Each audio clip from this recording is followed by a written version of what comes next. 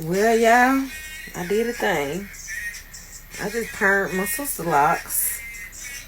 We're gonna see how it come out. Yeah. Oh, you see the growth. Oh, y'all see that growth in them sister locks?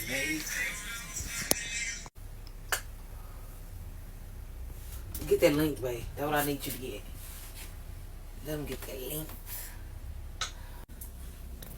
So y'all let me know if y'all done seen anybody perm their locks before. I'm trying to think.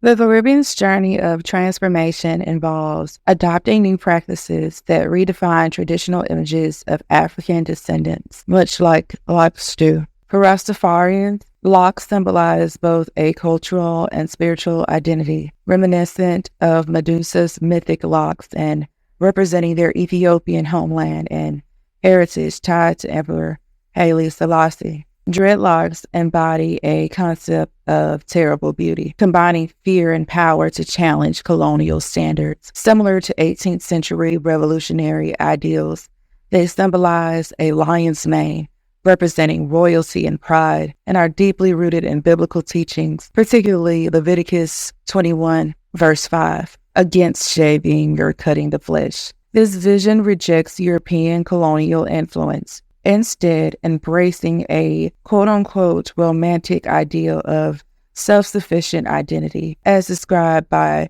Northrop Frye, which envisions an idealized world free from imposed norms. This reimagined symbolic power of dreadlocks emerged strongly among the Rastafarians, blending aesthetics, politics, and spirituality. Texturism is the discrimination against people with textured hair, a societal preference for people with straighter, looser hair textures. In the United States, Black hair is viewed negatively because of its difference. Black females often deal with societal pressures to alter their kinky curly hair from its natural state. To date, the social pressure of adopting a more Eurocentric, reflective of European descent, such as long straight hair, look, begins at an early age through socialization. The Eurocentric beauty standard plays a huge role in Black women's positive self-identity and their perceptions of their own beauty. At an early age, specifically between ages 3 and 4, African American children have a good understanding of what quote-unquote good hair means and the social hierarchy it can create for themselves. Black females are constantly told that they have nappy or bad hair and begin to internalize self-hatred. Theorists suggest that this self-hatred journey begins at home as a result of constantly being teased about their tight curly coils from many sources and close ties. As a result, Black women receive messages that nappy hair is undesirable. In addition, Black females often have their hair straightened, relaxed, or chemically altered because of the societal pressures that remind them that their hair in its natural state is not acceptable or presentable in society. So I was on TikTok minding my Black business, and I noticed a peculiar trend. There seems to be a weird habit of women with natural hair using relaxers on their hair. For some, it's for their edges, and for others, it's for length checks. I thought it was ironic because locks typically are symbolic for African pride and natural beauty. I started to wonder, am I overthinking this? Is body autonomy simply a part of self-expression, or could this too be a part of self-hatred? Chemical relaxers are known to be dangerous for Black women.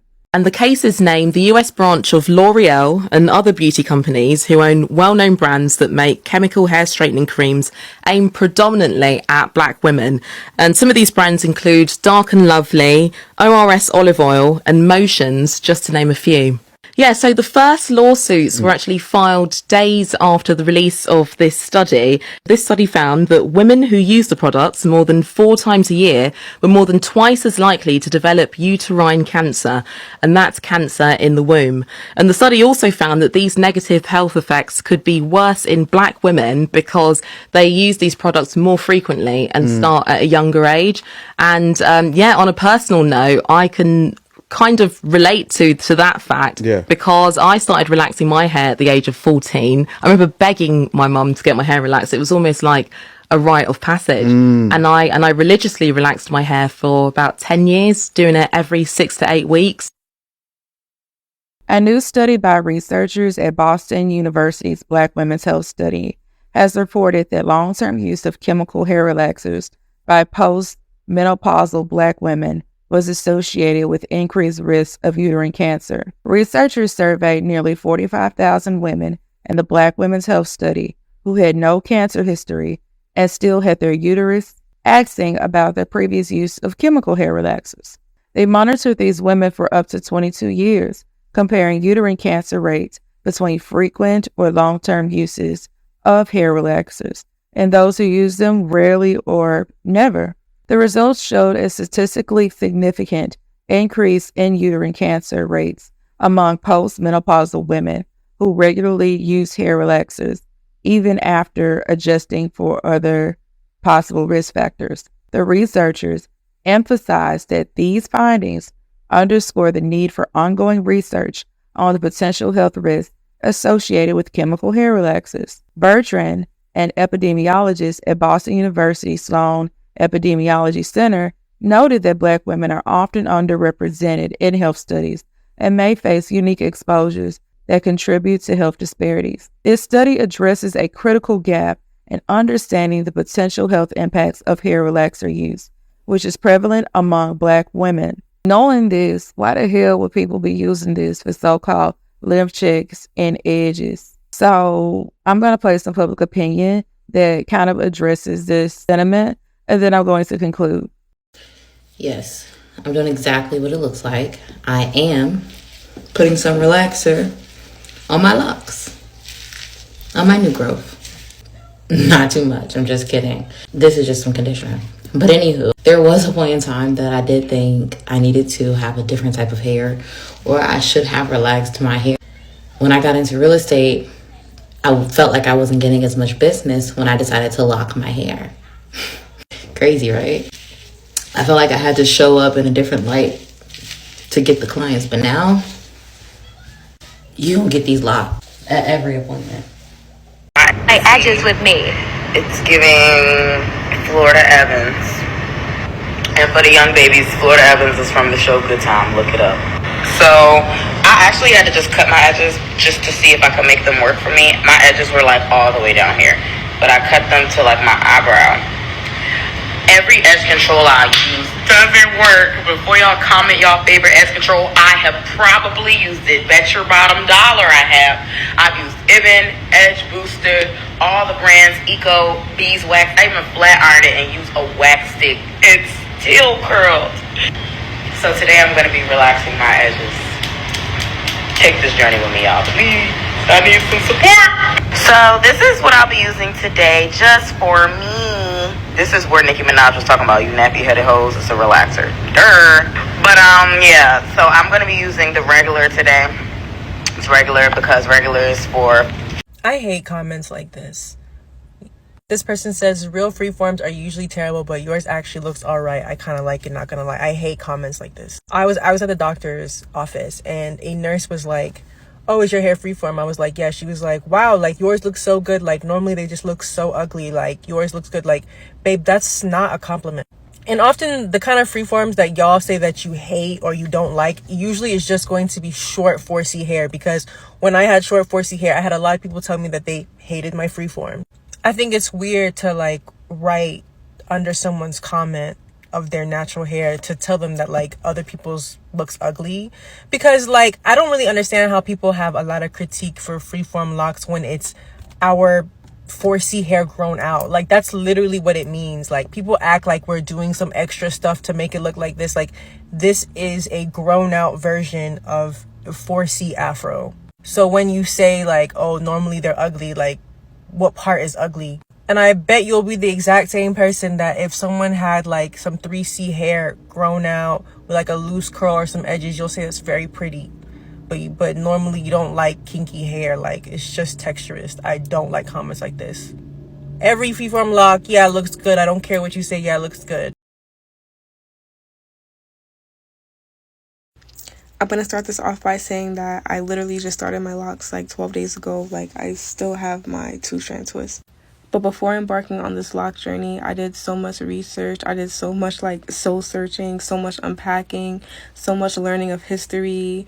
It's just been a lot before I actually decided to lock my hair that I'm like nowhere in the journey, but like I'm so in love with everything that's going on. But anyways, I saw a video like floating around on TikTok of this girl adding, I guess, like body wave hair to her locks. Like it looked like she had type 4 hair and she was adding like straight wavy hair to her locks. The girl is talented, like the girl is mad talented, but I was just like really sad about like how deep rooted texturism is. Like it's so ingrained in our heads and our society that like we don't even see it. And yes, everybody can do what they want to do with their head. I understand that you have your own body, you can do whatever you want to do with it, but locks have so much history.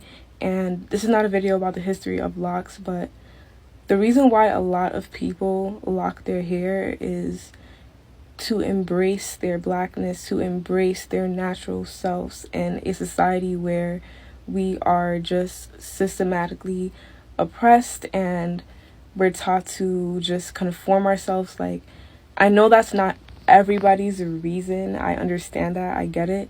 But I feel like that's a lot of people's reasons from what I've seen. So, you know, I was like, oh, it's cute, but I'm like, you know, Then I went to the comments. You know how like when you're looking for that one comment that's just like, okay, like I'm not the only one.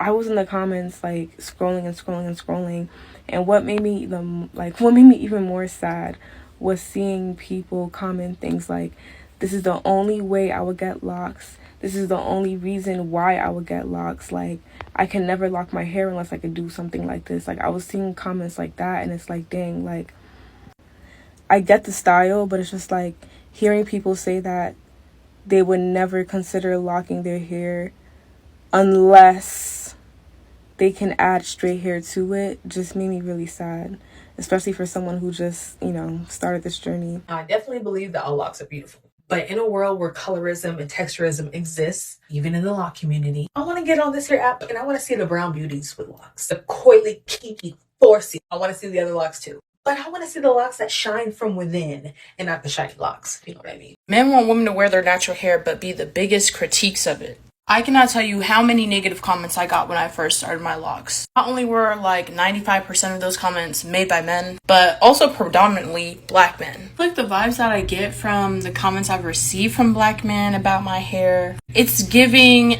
emasculating me. Emasculating me as a black woman. Just because my hair is short, not only is it short, it is a thick, kinky texture. All that circles back to that internalized texturism and colorism. Yeah, it does.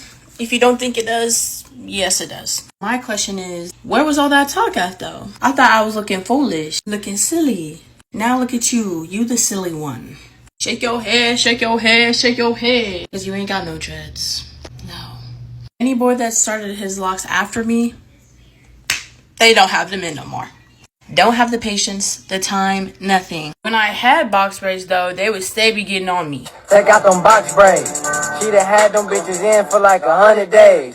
Once I started my locks, the comments shifted. Like we all know starter locks are short. Personal digs turned into, when I get locks, my locks are gonna be longer than yours. Who gonna tell them? Baby, no it's not. It don't matter if your hair is down to your butt crack. Them locks gonna shrink up. Also, is that all we care about in our community? Is hair length and texture? Can we be freed of the shackles? We must rise up, my people. Not only that, but little styles I would put in my hair when I first started my locks. Like the 2 little puffs and stuff. Asked, clowned, humiliated. But at the end of the day, it never really bothered me or mattered to me. I always loved how my hair looked. Even when I had little itty bitty worms. I never gave a damn. And I still don't. I don't think anyone's comments about my hair or this journey period has ever really affected me. I mean, it could have affected me, but I didn't bear it heavy in my heart, you know? Because ultimately, it's only mattered how I felt about my hair. It was a big step for me to even start my journey. So what do I look like letting one person's comment dismantle everything that I work towards? Like, you have to be confident to step out with them starter locks. So if anything, you should compliment anyone that you know or see with starter locks, because they're really out here doing it. And half you bitches could never. My locks are at a length where it's like considered cute. So I be getting a lot of people in my DM or in my comments. 20? Yeah. It's okay, no one has to know, baby girl. It just be sad that the biggest haters we have be people in our own community. Like, can we unite? Can we come together? Heavy conversations are going on right now within texturism, within the lock community, especially sister locks and micro locks. I'm not gonna lie, I had found myself kind of intimidated and just kind of like comparing my hair compared to others, because when I tell you I hate when my new growth comes in, because I'm just like, yo, I just did my hair 2 weeks ago.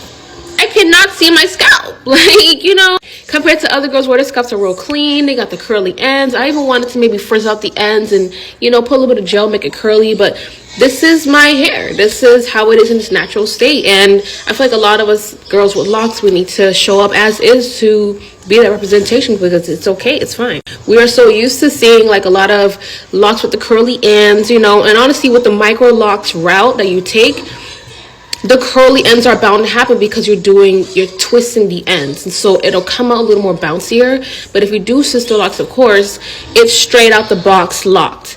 And I have 4C here, so this is what it's gonna look like. You know what I'm saying? Use me as reference if you have my hair texture. Within 2 weeks of getting your hair retied, it might just go back to looking real puffy and poofy at the roots, but it just means you got new growth. That's all that it means. But I'm not gonna lie, I did feel like my hair wasn't good enough because I didn't have the curls, the textures in my locks, but they're locks. That's all that it is. You know, I had one time where I went to my loctician and I'm like, listen, my hair is a mess. Please retie my roots. And she was like, yo, I can hardly do a full rotation. Like, stop, relax, take it easy. She literally had to sit me down like, listen, just embrace the new growth, embrace it. It's not even ready to have a full retie, full root rotation. So honestly, like, I get it, I really get the pressure, but just embrace your natural hair. The different 4A's through D's, the different categories, it's really messing with our minds. Love your hair as is, and honestly, locks is where it's at. Alright, y'all, so I think I have like a little bit of an unpopular opinion about locks. Before I even begin, I just want to say that I feel like everybody's lock journey is their own, and you should do whatever makes you happy. So if you want to get permanent lock extensions because you don't want to walk around with starter locks, that's fine. Do you. Like, I'm not trying to criticize that in any way. You know, if you know me, I'm all for people doing whatever the hell makes them happy. So the other day I saw a post. I don't remember who posted it or who was the person that made the comment, but the comment that stood out to me was someone saying, this is the only way that I will get locks if it looks like this, or essentially something of that sort. And these are basically what the locks look like in the video that the person posted. They were like the permanent lock extensions that are like bohemian, you know, curly at the bottom. And those are beautiful. Don't get me wrong, like, cute as fuck. But I feel like when people get those, it kind of deprives them of the part of the lock journey where you like fall in love with your hair for what it truly is. And I kind of feel like those locks give people like a perception of reality, or like the way that they view themselves, that's not necessarily real because their hair is not that texture. I don't know if this is making sense or not. And I feel like a lot of people only get those type of locks specifically because it's more socially acceptable in the Black community and just in the world in general. I mean, people always refer to looser texture hair as pretty or quote unquote good hair, where 4C hair or 4B hair or whatever is like unkempt and it's snappy or whatever the case may have it. And as someone who, before I had locks, I had a pixie cut. This is me with the pixie cut, one of the many colors, lengths, stages that I went through with my short hair before I had locks. And it honestly kind of just reminds me of like when people my age would be cutting their hair, and they had the idea that their hair would look like this, which obviously you can see this is someone who has a looser texture hair, when really they have like 4A, 4B, 4C hair, and when they cut their hair looks like this, and then they're like disappointed now because they thought their hair would look like what is, you know, glorified on the internet or in society. And honestly, I don't really know if there's a conclusion that is to be made out of all of this. I kind of just wanted to share my thoughts and see what other people think. All in all, I just want everybody to love their hair for what it is, because everybody's hair is beautiful, period. One of the hardest parts about locks are congos. Congos are when two or more locks combine together at the root, and you'll see the separation of them towards the end. For me personally, almost every single one of my locks have congos. There's literally some that have like 4, 5, 6 at the end. Now you can let this happen naturally by just allowing your hair to freely form, or you can do it yourself by taking locks that are close by, intertwining them by the root, and then letting them grow as such, and they'll grow as one lock with the separation towards the bottom. Now, the more and more I go into my hair journey, locks resemble nature, in particular trees, right? And your congos are like the branches. There's so many beautiful aspects and correlations from our hair to nature. It's kind of unfortunate that the natural isn't honored. With special locks like my own, you know? Yes. Because some people doesn't know about it, because see, it is natural, you know? Natural. Yeah, man. It is a natural way of life, you know? Well, see, I don't add anything on to ourselves. Either we don't take off, you know? Just be like how I be.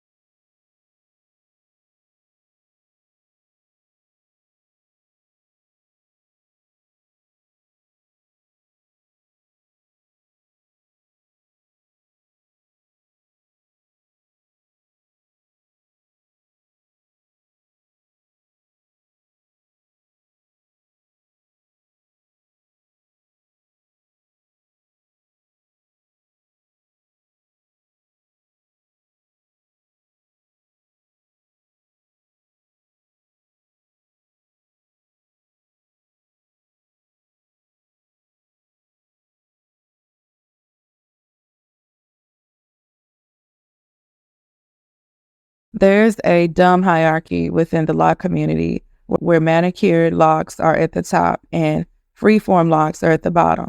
People forget that Black people's hair is so versatile. So I don't know why people expect everybody's locks to look the same or manicured. Texturism is the idea that certain hair types on the natural hair pattern spectrum are more desirable or beautiful. I call it the sister of colorism. They typically go hand in hand. Whether it be family classifying your hair as nappy or hard to tame, or a random class member taunting you for your kinkier hairstyle. Most Black women with a tighter curl than what the media shows have an unfortunate tale to tell. Texturism is an issue within the Black community, and the natural hair movement is not exempt from perpetuating these ideals. Altering locks purely for fashion or as a trend can be seen as disrespectful because for Rastafarians and many in the African diaspora, locks are more than a hairstyle. They are a deep-rooted symbol of identity, heritage, and resistance. Locks were called dreadlocks, but they changed the connotation to positively represent a sense of spiritual connection, cultural pride, and commitment to natural beauty that rejects imposed European standards.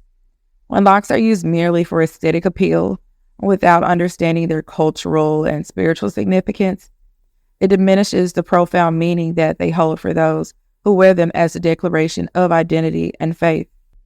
Similarly, the use of hair relaxers and the concept of texturism, favoring straighter or loosely curly hair over natural textures suggests that natural African hair is somehow less desirable or professional. This reinforces the notion that natural hair is unacceptable, pushing a harmful standard that labels authentic expression of one's natural appearance as inferior.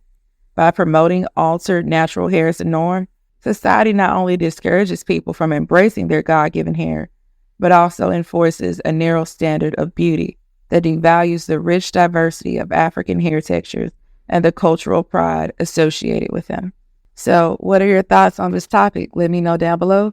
Thank you so much for listening to Books and Looks TV. I'll see y'all next time.